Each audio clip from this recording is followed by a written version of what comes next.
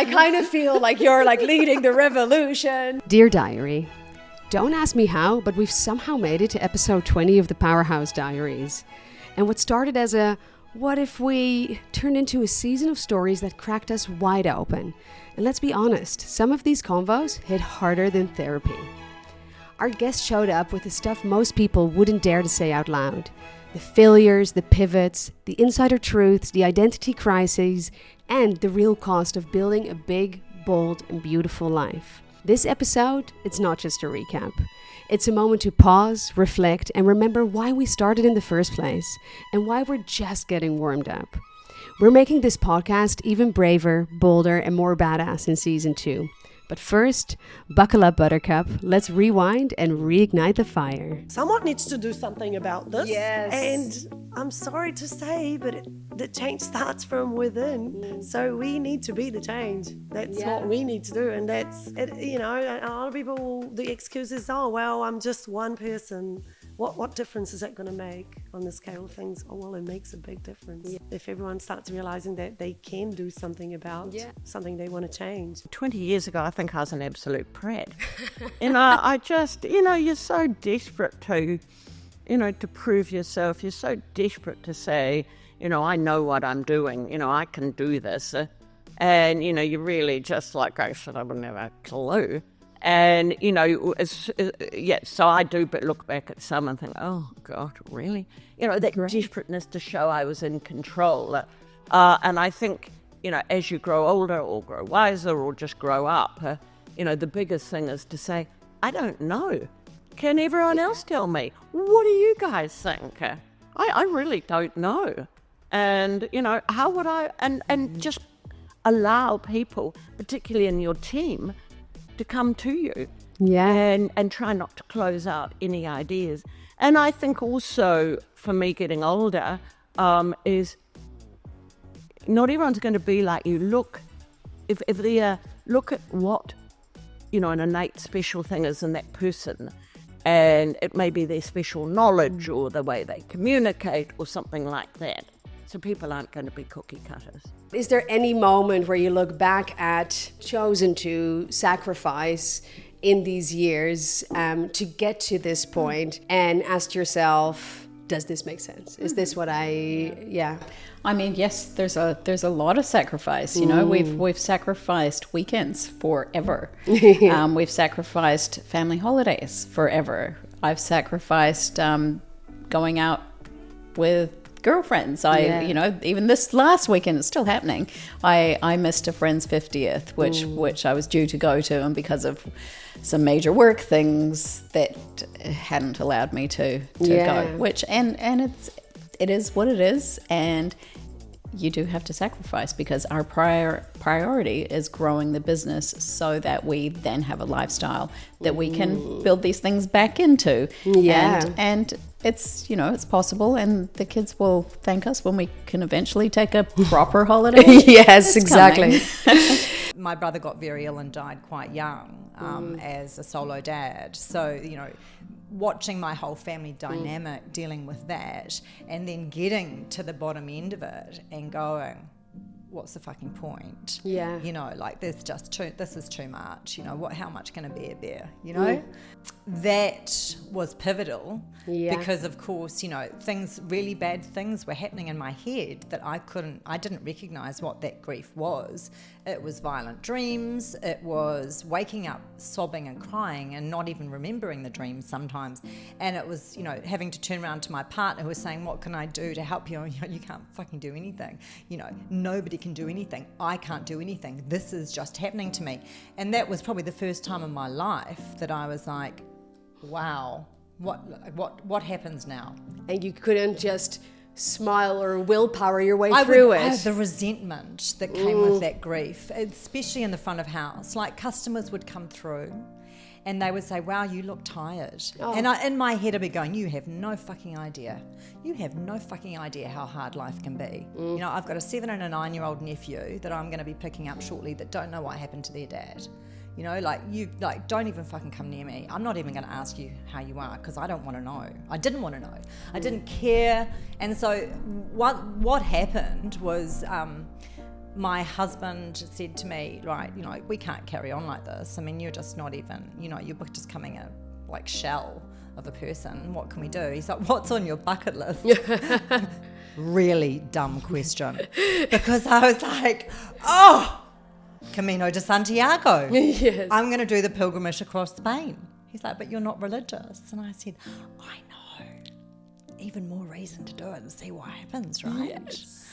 So, and that was amazing because I actually had the space to grieve, and I could actually, and what I recognised, I've always been good at crying, but this was different. Oh, crying and Crying's grieving. good. I was always actually good at crying. feeling your feelings, not just having that like quick and dirty release of emotion, no. but actually sitting with them. And sitting with it was actually the most important thing.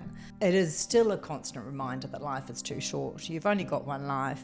You have the opportunity to make the most of it and pack in as much experience of the world as you can.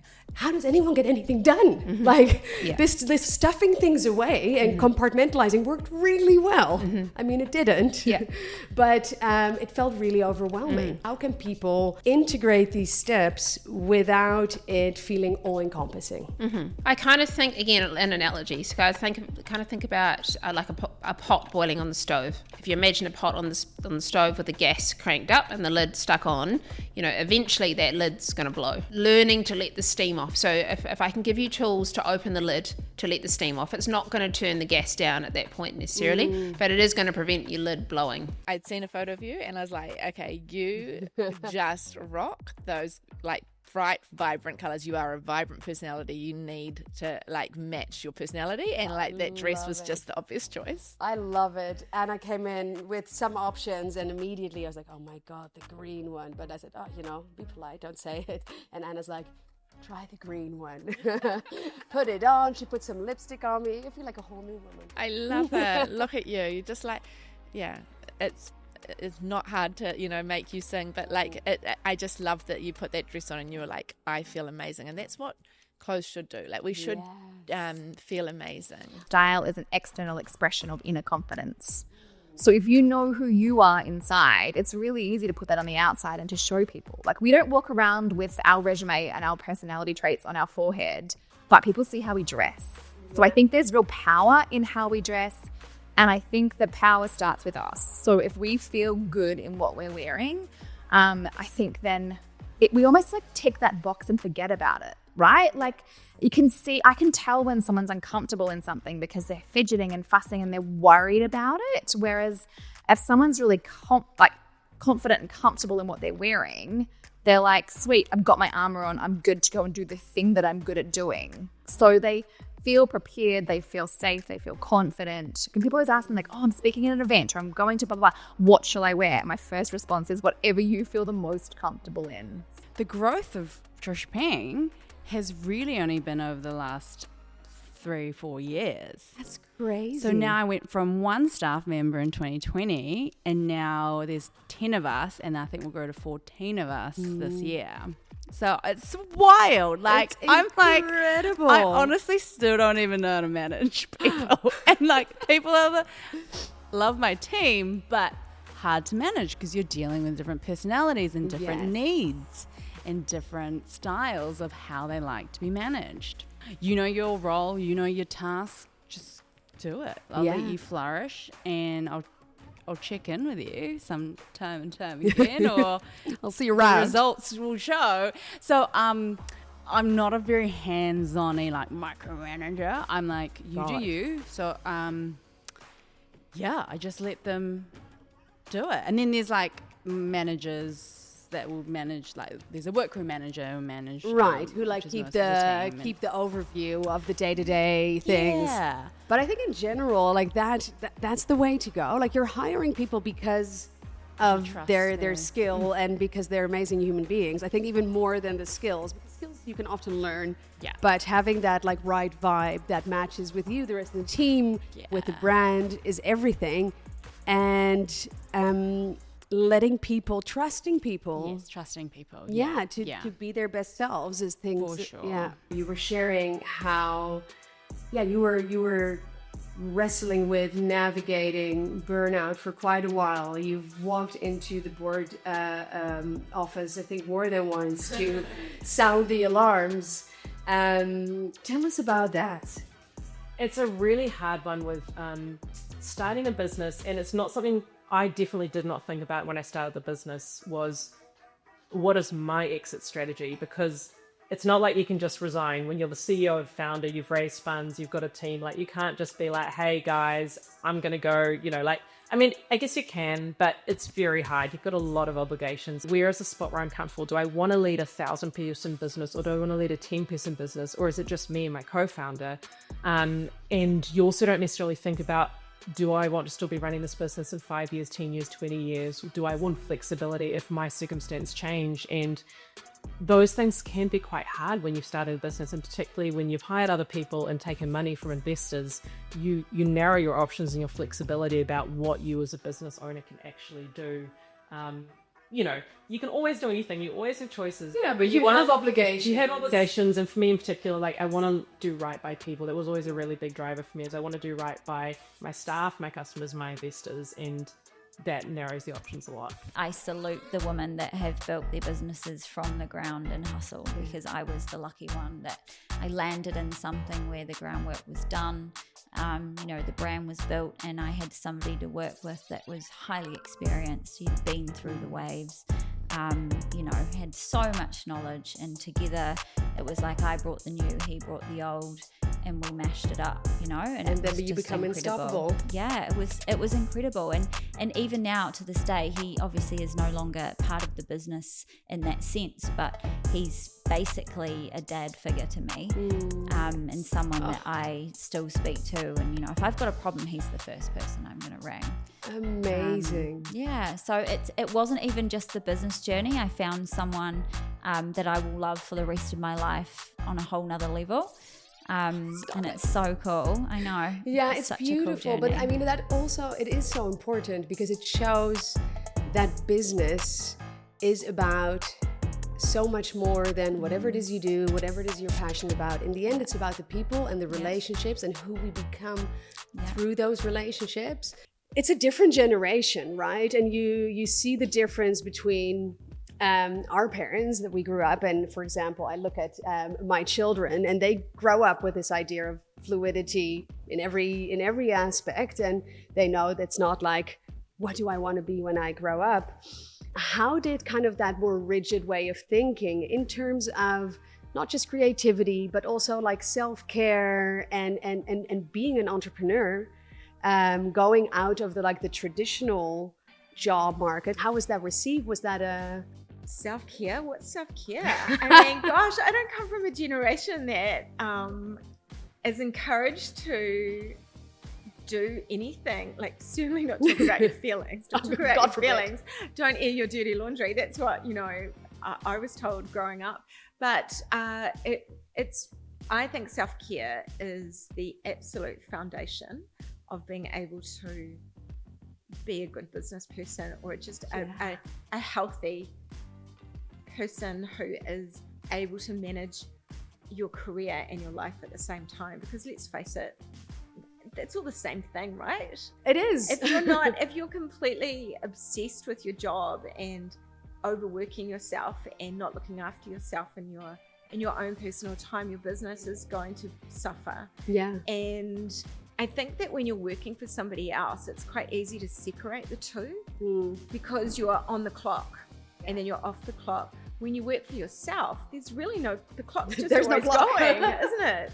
So you really have to sacrifice what you think is going to be productive time, but actually just spend some time nurturing yourself. Right, I have moments of overwhelm. Thank God you're human. Is that what we're saying? I have moments of overwhelm where things get too much, and I know that when that happens, you have to bring it back to your own well-being. You have to, I have to learn to actually put my needs first, And it's very easy when you are someone who wants to, I don't know if I'm a people pleaser or if I just like to say yes to everything, but you can overwhelm yourself and your workload and your to-do list when you're constantly saying yes.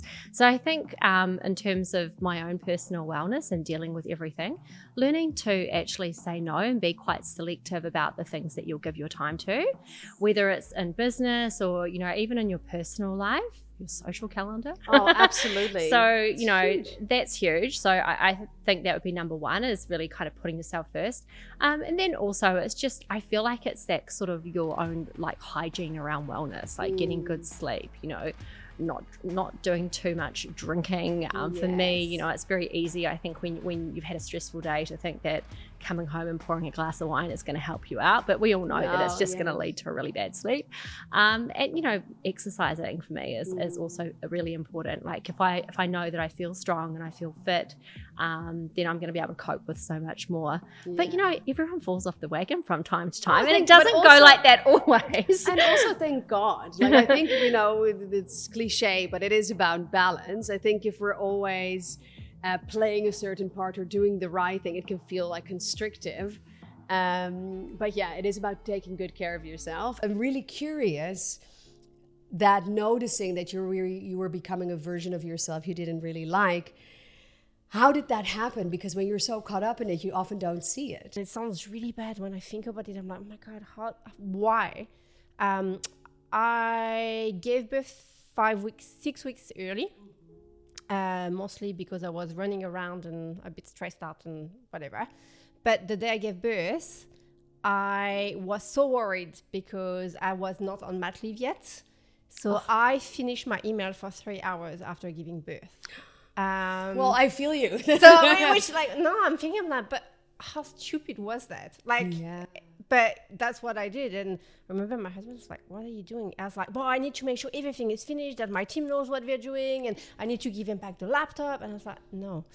So that was one. And then 2 years down the track, literally, my husband and I exchanged our baby at the airport. So I was going away overseas. He was coming back, and we literally handed over the baby. Oh God. And now, like, when you think about it now, it makes me smile because now I go and pick her up and do lots of activities and things like that. But at the time I was just like, that's almost an out of body experience. Like, why? What are we doing here? It just doesn't sound right. This was a pivotal moment in my life where I woke up and my father was standing at the end of the bed. I remember this wave of shame coming over me. I was 25, so I wasn't a child. I was actually very successful in my corporate career, though. So I was one of those what I call white collar addicts. That's what I class myself as. But yeah, so that moment, and then the doctor walked in, and he leaned over and he said, "Your will to live is stronger than your will to die. Don't ever let me see you in here again," because my heart stopped, and I came back. So that was, for me, where everything changed. And I remember walking out. I was barefoot walking out. I had obviously been stripped of my clothing, so I had no bra on.